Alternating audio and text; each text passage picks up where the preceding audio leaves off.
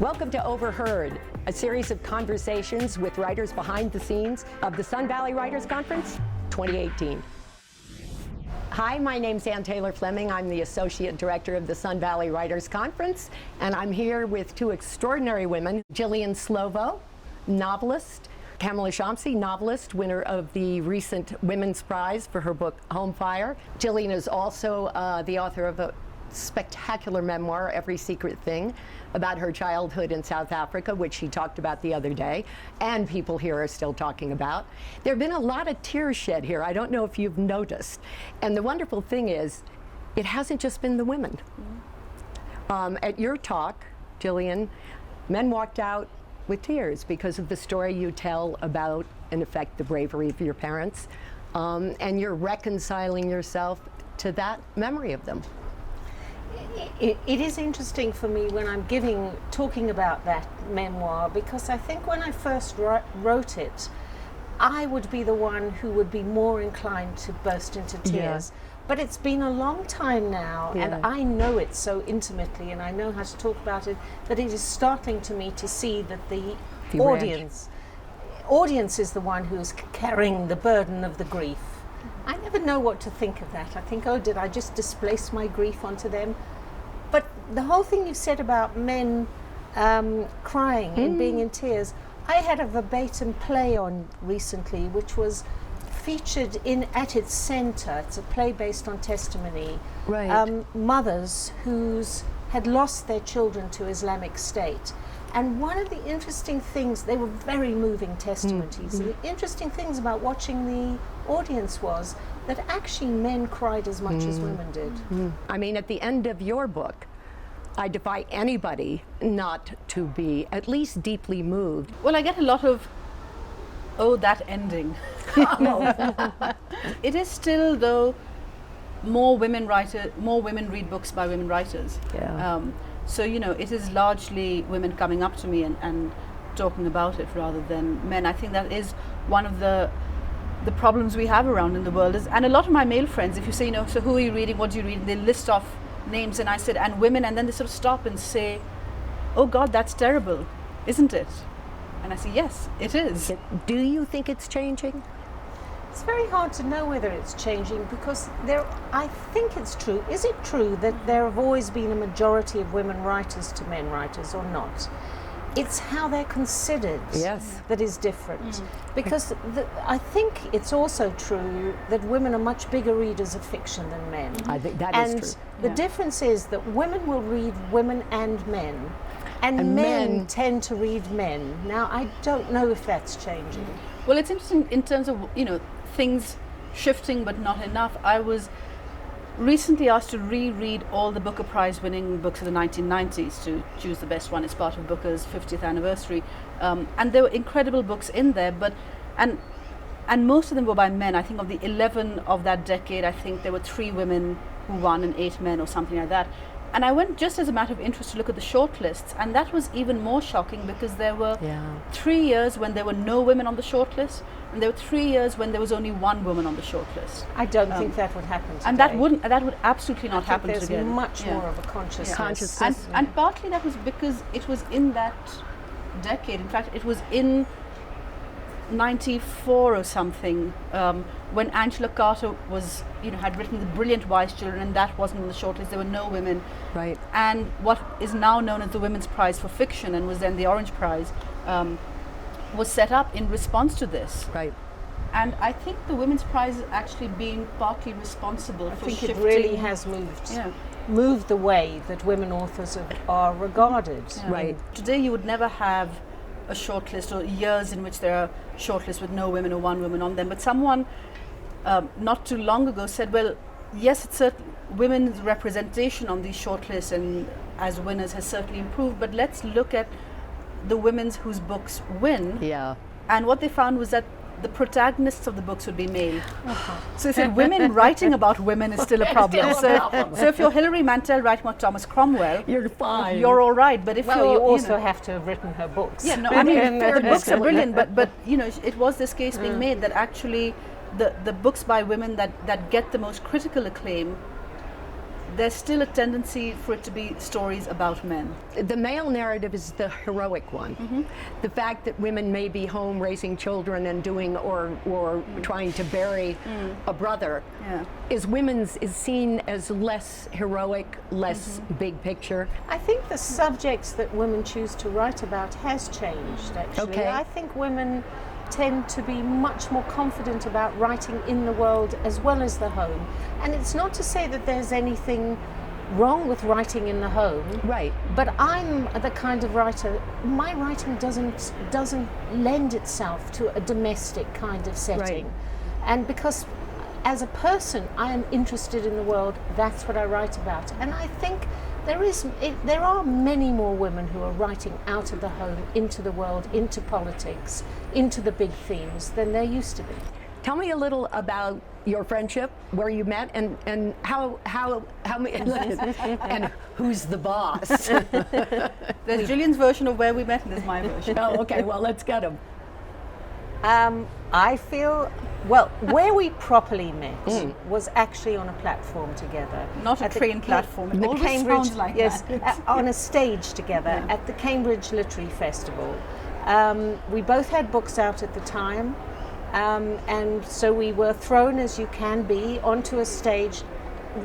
Carmilla says we had met before, but I had We no had been memory of it. introduced at least twice and possibly 3 times, and I always remembered Gillian, and Gillian never remembered me. But Just keep going, Jillian. Yeah. Don't even respond. Just go. what happened to me during that hour that we were talking about our books is I turned around and thought, who is this woman? Because I agree with everything that she is saying, and that doesn't often happen when you're doing a talk on books. There are often differences, and it's not that there aren't differences between us, but I thought we were so in tune with what we were trying to do with our writing and also in the world. What was that? What did you hear? I think it was about writing about a world that wasn't entirely restricted to a national barrier, which I think is something that both of us You have shared, done. yeah. And I think it's about writing about the world in a way that understands that politics affects individual lives. Yes. And I think that's what we also have in common. Very much so. I mean, in fact, just before we appeared on that platform together, and it was for a novel that Gillian had just done, which I had reviewed in The Guardian a week or two before, which you also had no memory of. Favorably, we assume. Favorably, and part of what I loved was the fact that it was, imaginatively going across boundaries. It was set, partly in England, partly in Sri Lanka. It was looking at race, it was looking at class, all kinds of things. And, as Gillian said, that idea that there isn't a separation of the political and the personal. Right. That these things are so deeply entwined, I Right. think, is in both our And works. perhaps we've both gone that way because both of us have moved continents. That's exactly. And so that we see the world in a way is much more joined together. I think so. Yeah. And the sense of carrying a piece of another country and you both do that, and it seems to enrich both, I guess, your lives and your friendship. The closest friends, most of them, not all, but most have come from somewhere else to Yeah. London. Yeah. But that is also London, isn't it? It is. It's a meeting place of people Yeah. from all over the world. It is, but we also think that you can walk into certain rooms and there are groups of writers there who have lived in Yes. London all their lives. They're just not the ones we're socializing with as much. Yeah. So what books on female friendship have resonated with you? Well, I think about some of the formative books of when I was a young adult, like Marilyn French's The Women's Room. But then I also think about a book that has really influenced me very deeply and is not about women's friendship at all. Simone de Beauvoir, She Came to Stay. A book written in revenge against a young woman who thought she could not only sleep with Sartre, Simone de Beauvoir's Right. partner, which was allowed under their relationship, but this young woman thought she could have him. And Simone de Beauvoir wrote the most vicious book about this young woman, and I think that has influenced me greatly, not because viciousness between women is something that particularly preoccupies me, it's not what I experience, but because it was such an honest book. And And because it had no holds barred in it, I mean, and that's what Simone de Beauvoir was like. She broke the mold of the submissive woman. She wanted to say that, that's what she was going to do.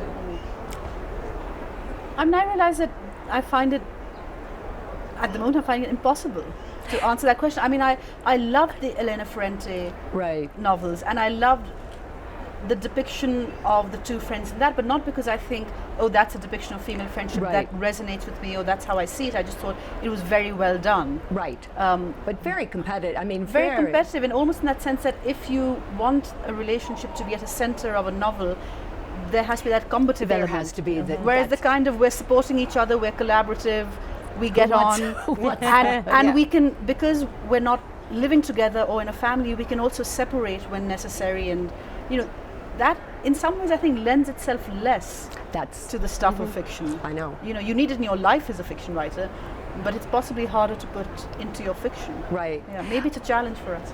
That it came to mind when I was listening you interview Michael Ondaatje, because you were talking about the books that have been written about this, that, and the other thing, and you said, well, friendship, not so much. Yeah. So I was, it got me thinking, because I mean, most women will say, and you might, that the women are their biggest support. And as writers and as people who share a history and values as you two do, I would assume, since you came here together, that this is a big bond and a big support system. And that's true for most of my women friends, but I don't see it on the page. I see the other. Yeah. Well, perhaps we need to write about conflict and drama. Exactly.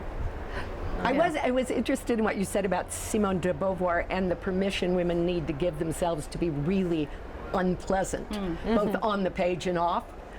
You know, I mean, you were saying it was vicious, and I was thinking, God, that sounds good, right?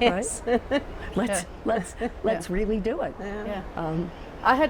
This is related to, I'm going to make this related to writers. I was on, tangentially on a cricket team, which I know is not America's favorite sport, but you know. It's the tangentially that I was stuck on. It's because it was called the Authors Cricket Club. Okay. And I was the only woman on the side, it was all men. And one thing I actually noticed was that the men were very good at knowing how to be competitive with each other, and then it being fine. You know, so there was this incredibly, and I was sort of getting it, and I thought if it was women, we'd sort of be trying to diffuse it. And the men on the field, it was no holds barred competitiveness. Right. And then somehow it just went, and they would go off and have a drink together. Right. And I thought we're just socialized differently in you know, how we're allowed to be. I noticed that when I had small kids as well. Is the boys of playing, they'll just join and play, and they'll do their best, and that's it. And the girls need to talk. It's much more complicated if you want to we're talk. not going to revisit the genes versus nature versus nurture stuff. But you know, I went to an all-girls school, and we competed really hard with each other, but we were friends, and maybe that's because we were isolated and at a pivotal moment when you were sort of, you know, in your early teens or somewhat. And I've always been grateful for that, but it is funny to watch the difference. You're trying to make nice, you know? And if you get somebody in the shins, although then, the one time the men had real trouble was when they were playing an all-women's team. And they were, I mean, I could see them, and they came to me and said, well, you know, is it sexist if I, you know, play my best, which is if I'm physically stronger, or if I don't play my best? And they couldn't sort of taunt the opposition as they used to, and they felt very they were sort of falling apart because they didn't know how to be competitive with women in a way that was okay. And you were mentioning, I think, in the fiction panel, writers that we should know, Pakistani Brit. When I was growing up, there weren't writers from Pakistan being published in the English language. I mean, of course, there were in all the other languages, but English was my language. And there was only one, a woman called Babsi Sitwa, who has a brilliant novel called The Crow Eaters, which was published around the same time as Salman Rushdie's Midnight's Children. So that really felt like a moment. But largely I grew up in a world where Pakistani writers weren't being published. There was one sort of memoir, a book called Meatless Days by a woman called Sarah Soleri, which to me is one of the great novels. Say that again so we all get it. Sarah Soleri. S-U-L-E-R-I. And it's called Meatless Days. And it's Meatless Days, okay. Extraordinary, I call it a novel, it's a memoir. But my first novel was published 20 years ago, and there were very few of us being published around the same time. And now there are many more, and there's a group of writers who are sort of roughly my generation, who I'm so pleased to be sort of part of. Mohsin Hamid, Nadeem Aslam, Muhammad Hanif, Daniel Moinuddin, Moni Mohsin, Maha Khan Phillips. I mean, there's this whole group, and this literature of Pakistani fiction in English is, at a really exciting new kind of stage of things. It's fun. I was struck by the idea of memoirs, because memoirs have sort of, and certainly in this country, sort of captivated the imagination. It used to be, I live in Los Angeles, everybody's writing a screenplay. Now you run into anybody anywhere and everybody's writing a memoir, even your dog. So, but there are memoirs like yours that are literature. And I think it needs to be said that a memoir can be a piece of art. And I feel strongly, I wanted to say that about yours, which I feel strongly about. Do you have that sense as well? Are there memoirs you have loved? Many, I think. I mean, I'm thinking of a man right now because I think he was a groundbreaker of memoir in the English memoir tradition, which was Blake Morrison. When did you last see your father? Which I think, sort of freed the art of memoir to be able to inhabit both the person writing it and the person that they're writing about. And since then it has become a very growing field of people, and crossover the use of fiction in memoir as well. Yes. There's such a sense over the years that we've been coming here that indeed what you're emblematic of is the absolute adamant blooming of women's voices. I think women's voices have always been there. I think what's changed for all of us is that we are conscious that they haven't been given quite the air. And that's what you're doing here, which is what's so helpful about what you're doing here. Because if you look at the women who are here, they're incredibly experienced and they're incredibly confident in what they do, and they're very good at it. They have been working it. You don't suddenly wake up and become that good at writing. You have to work at it.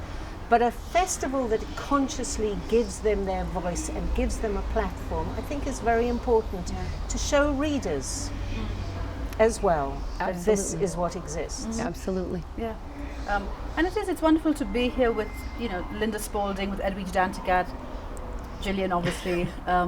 It has been a wonderful lineup, and I think it's very true when I'm going to a festival now.